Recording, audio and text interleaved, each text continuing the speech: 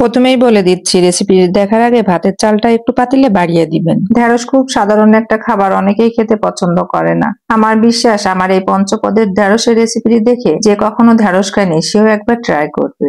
ঢেঁড়সের পঞ্চপদের রেসিপিটি আমি যেদিন বাসায় তৈরি করি সেদিন আমার বাসায় একটু ভাত বেশি করে রান্না করা লাগে। ঢেঁড়সের পঞ্চপদের রেসিপিটি খেতে এত মজা তা আসলে বলে বোঝানোই যাবে না। আপনারা অবশ্যই বাসায় আমার রেসিপিটি দেখে ট্রাই করবেন। আলহামদুলিল্লাহ, প্রতিটি রান্না খেতে দারুণ। আসসালামু আলাইকুম। আমি এখানে 1 কেজি ঢেঁড়স নিয়েছি।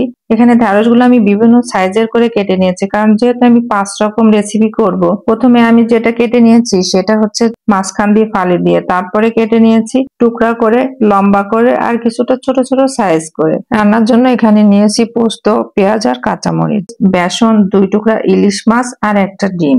এটা হচ্ছে মেন উপকরণ। সবার প্রথমে আমি তৈরি করব ঢেঁড়স পোস্ত ভাপা।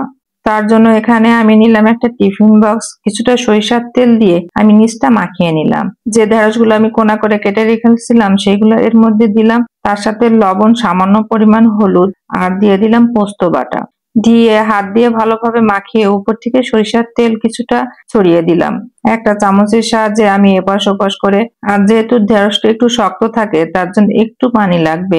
যে বাটিতে মশলা ছিল বাটিটা দিয়ে আমি সামান্য পরিমাণ পানি দিয়ে উপর থেকে ঢাকনা লাগিয়ে দিলাম। চুলায় একটি প্যান বসিয়ে পরিমাণ মতো পানি দিলাম, তার মধ্যে একটা টিস্যু দিয়ে মিডিয়াম হিটে দিয়ে 15 মিনিট ভাপিয়ে নিয়েছি। দেখেন তরকারিটা কত লোভনীয় হয়েছে। যখন আমি বক্সটা খুলেছি পোস্ত আর ঢেঁড়সের গন্ধে যেমন মোমো করছিল। আমি একটা ফ্রাই প্যানে সামান্য পরিমাণ তেল দিয়ে উপর থেকে হালকা একটু লবণ দিয়ে একটা ডিম ভেজে নিচ্ছি। ডিমটা ভেজে আমি উঠিয়ে নেব। ডিমটা হালকা করে ভাজতে হবে, বেশি মচমচে করে ভাজা যাবে না। সেই একই ফ্রাই প্যানে আমি সামান্য পরিমাণ তেল দিয়ে এর মধ্যে পেঁয়াজ কুচি আর কাঁচামরিচ হালকা করে ভেজে আমি উঠিয়ে নেব। সবার বাসাতেই ঢেঁড়স ভাজি হয়, কিন্তু আমি ঢেঁড়স ভাজিটা সবসময় এভাবে করি। আমার বাসায় আমার ছেলে মেয়েরা ঢেঁড়স ভাজিটা এভাবে খুব পছন্দ করে। এখানে ঢেঁড়সটা আমি একদম কুচি কুচি করে কাটিনি, একটু মোটা রেখে কেটেছি। এর মধ্যে লবণ আর সামান্য পরিমাণে হলুদ দিয়ে দিয়েছি। ঢেঁড়স ভাজিতে আসলে হলুদের পরিমাণটা একেবারেই কম লাগে। যে কোনো সবুজ তরকারিতে হলুদের পরিমাণটা একটু কম দিলে সবুজের কালারটা বেশ ভালো থাকে। ঢেঁড়স ভাজিটাতে একটু ঝরঝরে করার জন্য আমি কয়েক ফোঁটা লেবুর রস দিলাম এখানে, আর তারপরে দিলাম আগে থেকে ভেজে রাখা পেঁয়াজ, মরিচ আর ডিম। আমি ঢেঁড়সটা ভাজি করার সময় চুলার হিটটা একদম মিডিয়ামে রেখেছিলাম। কখনো সবুজ তরকারি হাই হিটে রান্না করা যাবে না। হাই হিটে রান্না করলে তরকারির কালারটা একেবারে নষ্ট হয়ে যাবে। অন্য একটি ফ্রাই প্যানে আমি সরিষার তেল দিলাম, তার মধ্যে কিছুটা পেঁয়াজ কুচি। পেঁয়াজ কুচিটা নরম হয়ে আসলে তার মধ্যে আমি একটা মিক্সড মশলা দিব।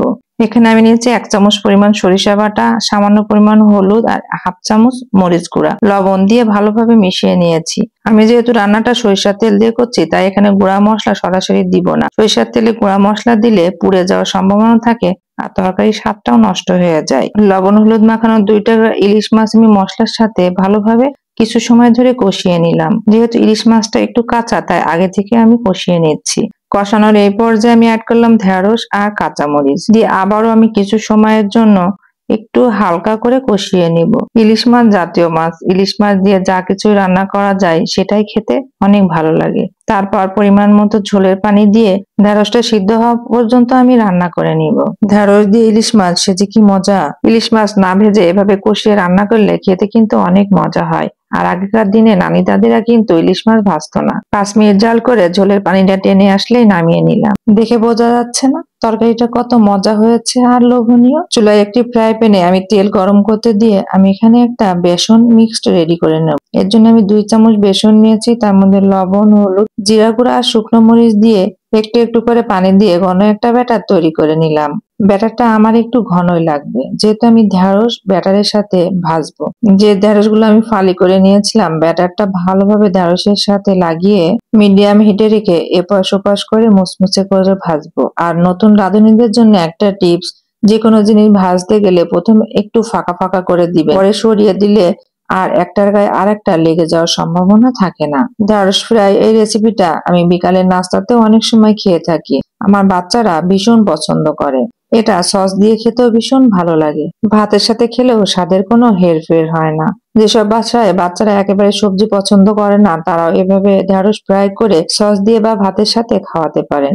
বুঝতে পারবে না বাচ্চারা যে ঢেঁড়স খাচ্ছে। ভর্তা প্রিয় মানুষদের ভর্তা তো চাই চাই, আমিও যেমন ভর্তা প্রিয় একজন মানুষ। আমি প্রথমে যখন ঢেঁড়স পোস্ত রান্না করেছিলাম, সেই পানির মধ্যে বেশ কয়েকটা ঢেঁড়স সিদ্ধ করে নিয়েছিলাম। তার সাথে পেঁয়াজ ও কাঁচামরিচ হালকা করে ভেজে রেখেছিলাম। লবণ দিয়ে ম্যাশার দিয়ে আমি সবকিছু ভালোভাবে একটু ম্যাশ করে নিলাম। উপর থেকে কিছুটা সরিষার তেল দিলাম।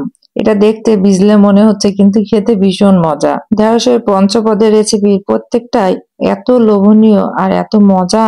এতক্ষণ যারা আমার সাথে রেসিপিটি দেখলেন, ভালো লাগলে অবশ্যই লাইক, কমেন্ট ও শেয়ার করে পাশে থাকবেন। আল্লাহ হাফেজ।